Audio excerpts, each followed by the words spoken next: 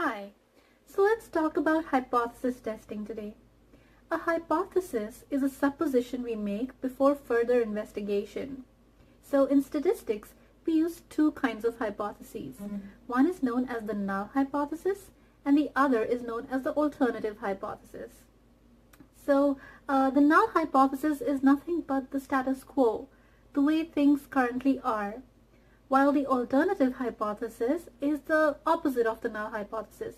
These two are actually mutually exclusive, meaning that if the data supports the null hypothesis, we reject the alternative hypothesis, and if the data supports the alternative hypothesis, we reject the null hypothesis.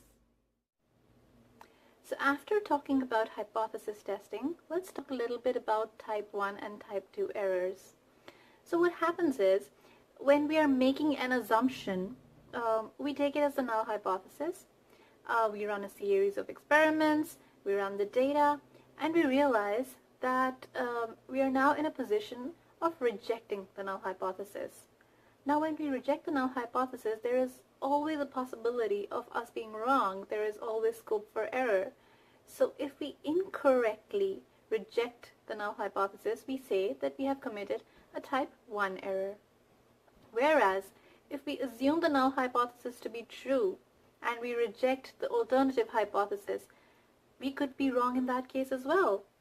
So if we incorrectly assume the null hypothesis to be true, in that case, we have committed the type 2 error.